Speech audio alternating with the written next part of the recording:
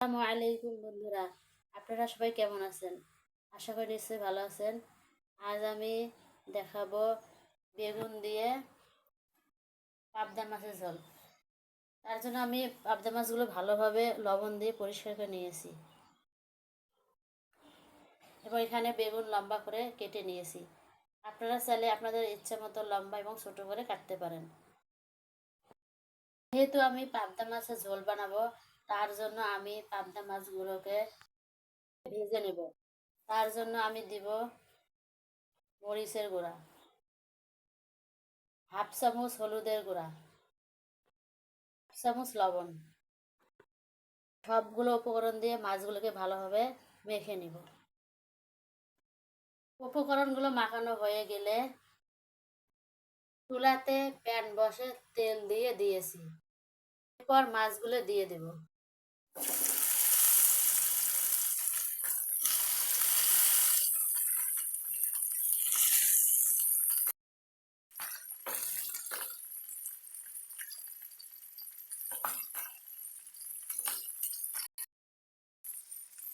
এরপর মাছগুলোকে উল্টিয়ে নেব। মাছগুলোকে উল্টাইয়ে অপর পাশে ভেজে নিব।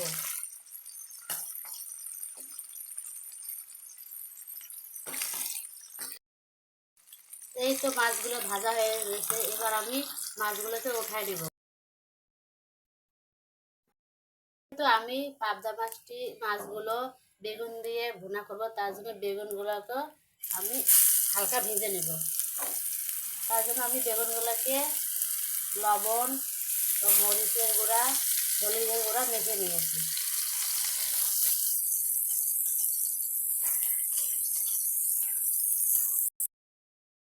বেগুন ভাজা হয়ে গেলে বেগুনগুলোকে উঠায় নেব। বেগুন ও মাছ ভাজা হয়ে গেলে দিয়ে দেব পেঁয়াজ কুচি।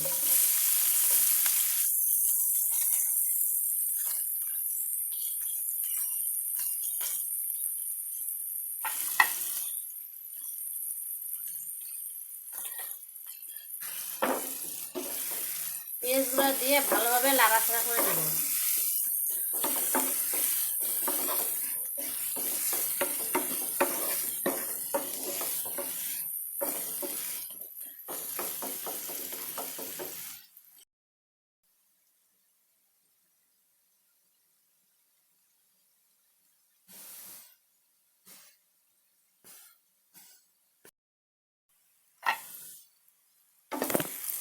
পেঁয়াজগুলো এভাবে হালকা ভাজা হয়ে গেলে দিয়ে দেব কষানোর জন্য পানি।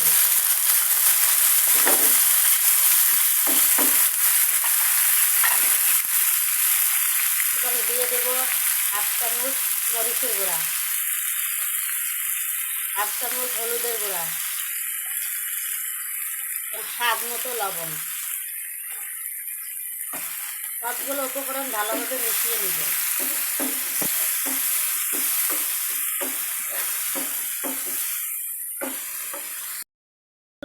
মিশানো হয়ে গেলে ঢাকনা দিয়ে ঢেকে দিব কষানোর জন্য।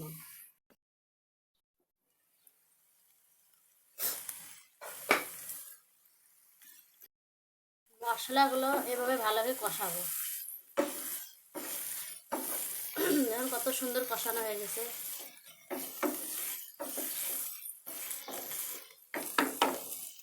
এরপর এরপর দিয়ে দিব পানি।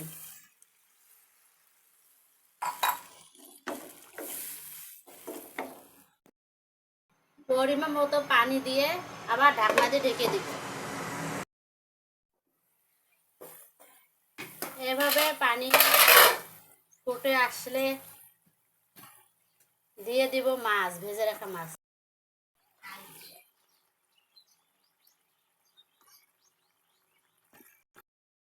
দিয়ে দিব ভেজে রাখা বেগুন।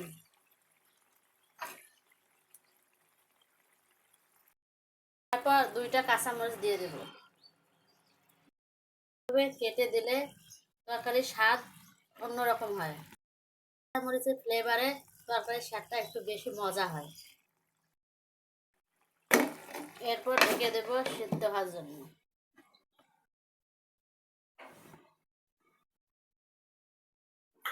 এটা ঢাকনা খুলে দেখুন কালারটা কত সুন্দর এসেছে। দিয়ে দেব 1 চামচ জিরার গুঁড়া। এখানে আপনারা ধনে পাতা দিতে পারেন, কিন্তু আমার বাসায় ধনে পাতা ছিল না, তাই আমি জিরার গুঁড়া দিয়েছি। জিরার গুঁড়া দিয়ে ভালোভাবে লাড়াচাড়া করে নেব।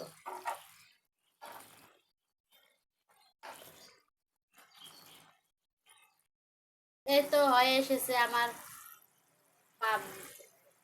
বেগুন দিয়ে পাবদা মাছের ঝোল। দেখুন কত সুন্দর লোভনীয় হয়ে গেছে।